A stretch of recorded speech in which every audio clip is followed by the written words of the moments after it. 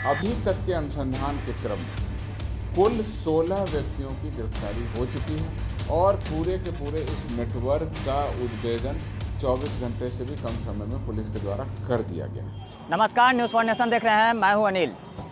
बिहार में शराबबंदी के बावजूद जहरीली शराब से मौत का मामला लगातार पनपता दिख रहा है। इसी कड़ी की अगर बात करें तो बिहार के सीवान जिले के बाला क्षेत्र में ये घटना हुई है, जिसमें कि बताया जा रहा है लगभग 12 लोगों ने अवैध शराब का सेवन किया था, जिसमें जहरीली शराब से कुल 4 लोगों की मौत का मामला निकलकर सामने आया है। ऐसे में अगर बात करें तो 7 लोगों की स्थिति अभी भी गंभीर बनी हुई है, जिनका इलाज निजी अस्पताल में कराया जा रहा है। हालांकि इस पूरे मामले की अगर बात करें तो कहीं ना कहीं बिहार पुलिस ने बड़ी कार्रवाई करते हुए महज 24 घंटे के भीतर इस मामले में 2 मुख्य अभियुक्तों को गिरफ्तार किया है।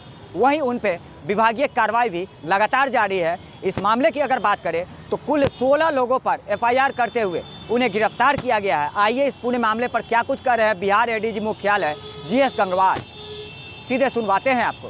क्रम सामने आपके आ रहा है, उसके बारे में अद्यतन जो रिपोर्ट है मैं बता देना चाहता हूँ। सीवान जिला में कथित मिलावटी पेय पदार्थ के पीने से मृत्यु के संबंध में जो अद्यतन सूचनाएं हैं मैं आपके सामने रख रहा हूं। 22 जनवरी को ही शाम लगभग 7 बजे सीवान जिला के महाराजगंज अनुमंडल के अंतर्गत लकड़ी नवीगंज प्रखंड के ग्राम बाला में थाना भी यही है और इसके ग्राम बाला में अचानक कुछ लोगों के स्वास्थ्य खराब होने की सूचना मिली। पुलिस पदाधिकारी पास में ही गांव में छापामारी वगैरह कर रहे थे, जहाँ आधे घंटे से भी कम समय में पुलिस वहां पहुंच गई और ये पता चला कि उन लोगों का स्वास्थ्य खराब है।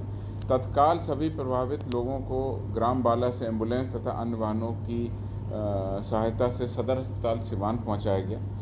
एक व्यक्ति जनक राम की चिकित्सा के क्रम में ही मृत्यु हो गई। 2 अन्य व्यक्ति धीरेन्द्र माझी और राजेश बिंद को PMCH Patna higher medical support के लिए रेफ़र किया गया, किंतु रास्ते में ही उन दोनों की मृत्यु हो गई। चिकित्सारत एक और व्यक्ति था जितेंद्र माझी, जिसको भी आज पीएमसीएच रेफ़र किया गया, उसकी भी मृत्यु हो गई। कुल मिलाकर के इस प्रकरण में अभी तक 4 व्यक्तियों के मृत्यु होने की सूचना मिली है। अभी तक की स्थिति है।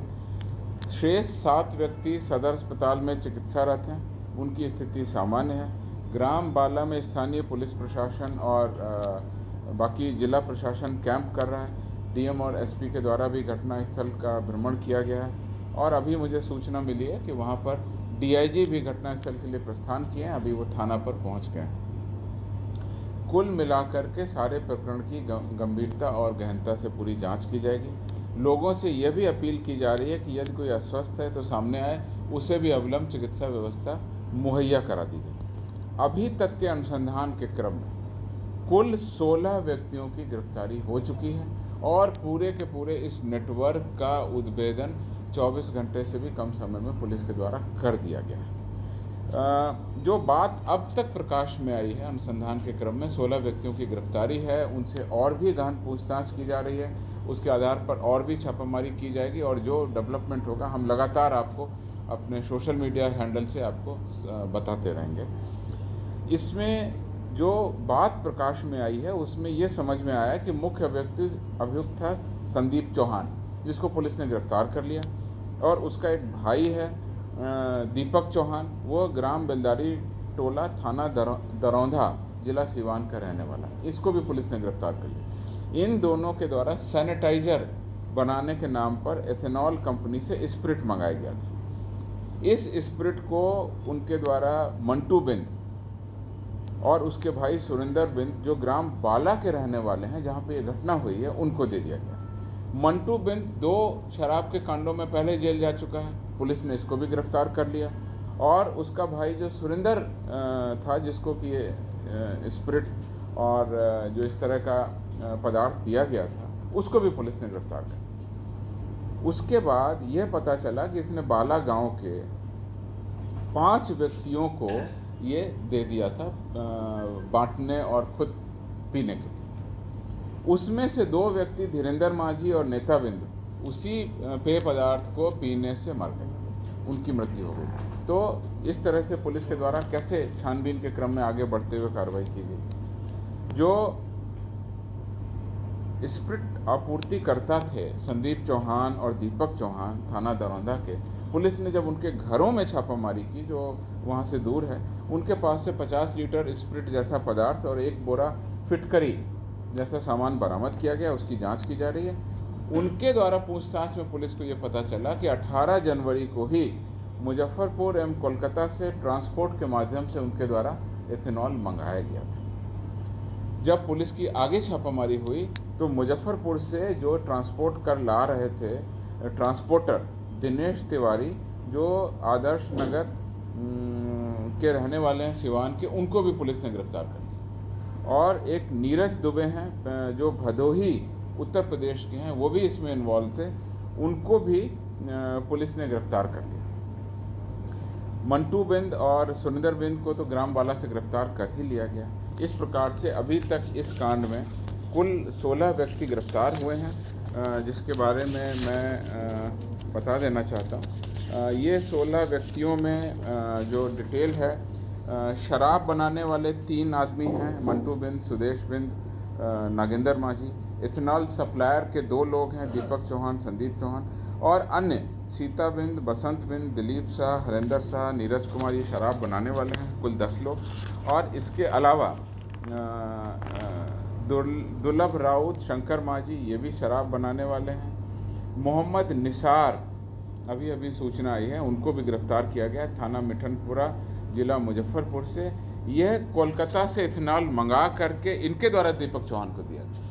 तो इनको भी अभी सूचना आई है कि पुलिस ने इनको निसार इनको भी गिरफ्तार कर लिया है। अर्जुन यादव वो थे जिन्होंने ट्रांसपोर्ट से मंगा के सामान को प्राप्त किया, उनको भी पुलिस ने गिरफ्तार किया। दिनेश तिवारी और नीरज दुबे ट्रांसपोर्टर थे, उनको गिरफ्तार कर लिया गया है।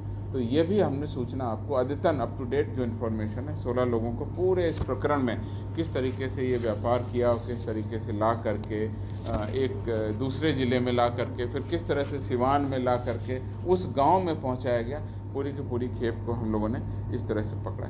इसमें कई सारे अभियुक्त हैं, उनका पुराना आपराधिक इतिहास भी आया है।